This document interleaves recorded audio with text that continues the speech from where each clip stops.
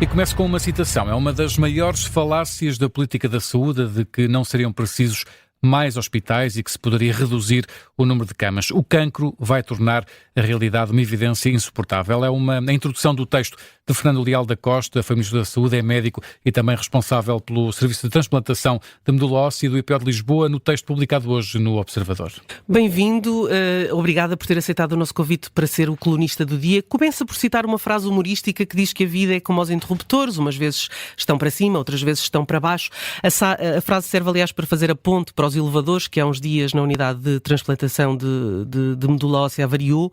Aparentemente a empresa de manutenção disse que a paragem seria longa, imprevisível, o que iria obrigar à paragem do ascensor que leva macas, equipamento, os pacientes para as operações, até à chegada e instalação de um novo elevador.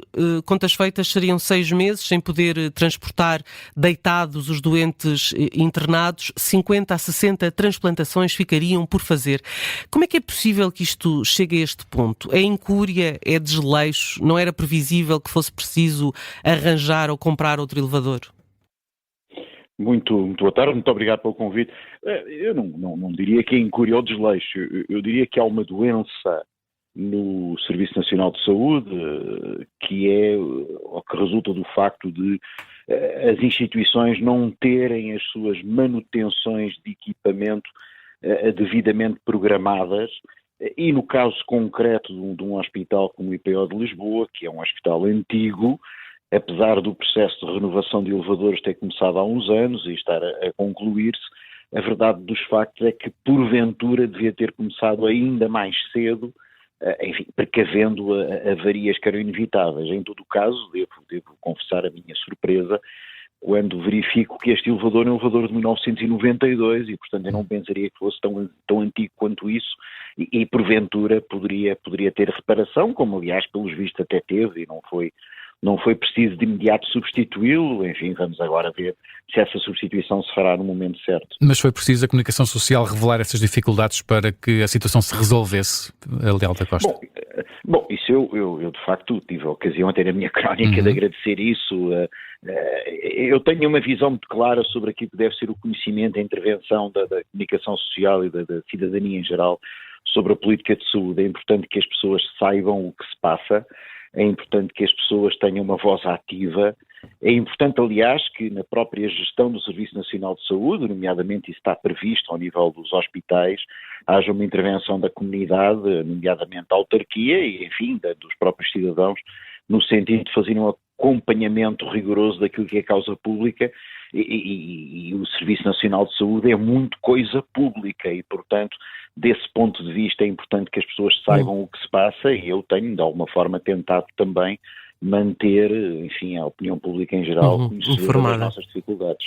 Diz-nos que somos um país com a mais baixa taxa de transplantação de medula óssea por habitantes, apesar de termos um dos maiores registros de dadores de medula. Devíamos ter 100 camas dedicadas a estes doentes, temos apenas metade. Depois há aqui uma questão que o Dr. Leal da Costa põe, que é o problema não é a falta de camas ou a falta de hospitais. É uma das duas ou são ambas? Não, eu desse ponto de vista sou muito claro. Nós temos, enfim, naquilo que tem que ver com a transplantação em particular, aquilo que se passa em Portugal, por circunstâncias que têm que ver com desenvolvimentos tecnológicos para os quais nós não nos preparamos. Nós, neste momento, temos uma procura para a transplantação à qual o Serviço Nacional de Saúde não consegue dar resposta. É um facto objetivo e que se agravou muito nos últimos anos. E, portanto, precisaríamos de mais camas. Precisaríamos de mais camas para transplantar e precisaríamos de mais camas para, eventualmente, poder fazer os internamentos, que eu diria, enfim, de recuperação, de retaguarda, que muitas vezes estão associados a este processo. E, portanto, nós temos uma dificuldade de camas, por um lado, que agora, necessariamente, está também agravada por uma falta de profissionais. E, portanto, aqui é uma situação um pouco, enfim, diria de tempestade perfeita, mas também uma coisa é certa, enquanto não fomos capazes, e vai demorar algum tempo, e é bom que se comece já hoje a pensar nisso, nomeadamente quando pensarmos na construção do Hospital Oriental de Lisboa, que ninguém se esqueça de lá colocar uma unidade de transplantação de medula com tamanho, enfim, adequado àquilo que será a procura. E, portanto, neste momento temos um problema que tem que começar a ser já resolvido, porque as listas de espera para transplantação em Portugal são, de facto, assustadoras do ponto de vista daquilo que é a procura relativamente à capacidade de resposta a nível nacional. Não é um problema só do IPO de Lisboa, é um problema nacional que tem que ser resolvido. Este caso do elevador, digamos assim, Leal da Costa, acaba por mostrar que na saúde estamos muito a discutir e sempre a discutir as questões dos vencimentos, as questões da falta de médicos e olhamos pouco para o edificado, olhamos pouco para as condições técnicas que temos também na saúde.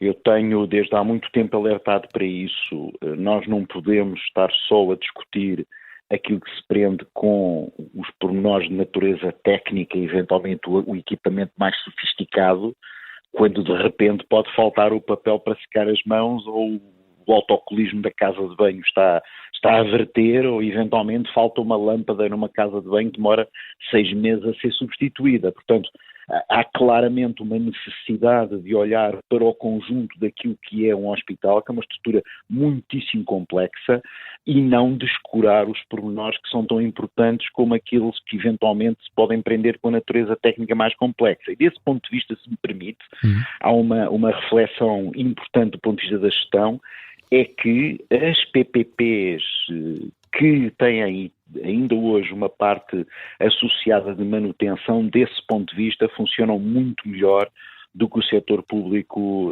nomeadamente as EPS sem PPP, por razões até de natureza contratual. E, portanto, há aqui uma lição que convirá não esquecer e não perder de vista.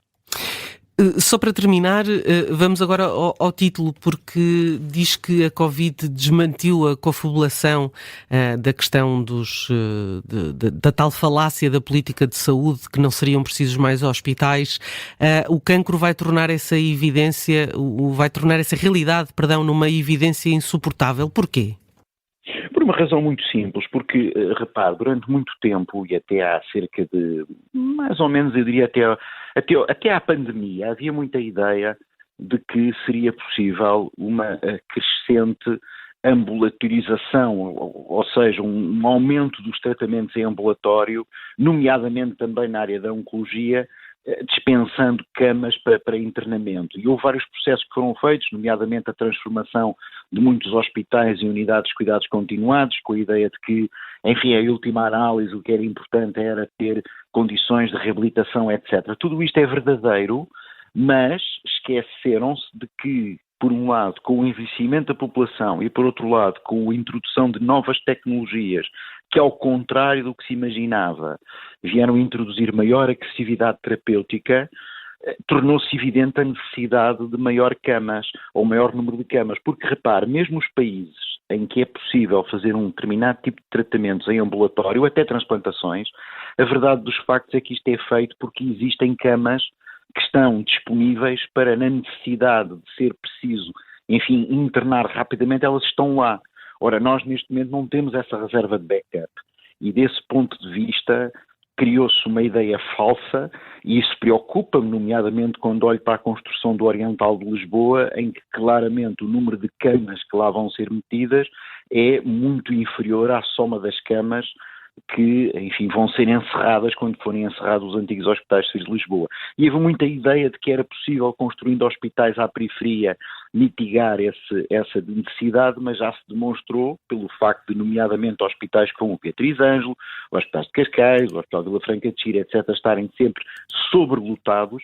Isto vem demonstrar claramente que, em Portugal, o rácio de camas para doente ou para a população está inferior às necessidades e, por outro lado, como eu lhe disse, determinadas doenças como o próprio cancro vão tornar, ao contrário do que se imaginava, vão tornar ainda mais, digamos, necessários internamentos e alguns deles até com alguma duração. E era importante olhar para isso antes de se partir para a construção do hospital e antes de começarem a colocar lá as pedras. É preciso fazer planificação a longo prazo e, infelizmente, aquilo que tem acontecido em Portugal, nomeadamente naquilo que se prende com a construção de hospitais, começa-se a pensar no assunto, faz-se o plano, daí até o hospital ser construído passaram 20 anos, quando o hospital está acabado já está desatualizado. E este é um problema que nós temos tido. Olha, um exemplo claríssimo disso é o Amadora Sintra, por um lado, e o Garcia de Horta, na margem sul. São hospitais que já estão claramente abaixo daquilo que é, digamos, a procura de camas e de necessidade de cuidados para essas populações. Fernando Leal da Costa, muito obrigado por ter sido o nosso colunista do dia. Foi um gosto, muito obrigado. Obrigado. O Elevador é o título da crónica que pode ler no nosso site.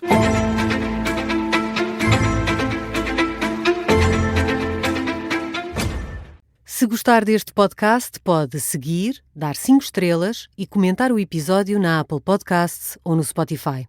Pode também subscrever e gostar no YouTube. Assim recebe uma notificação sempre que houver um novo episódio.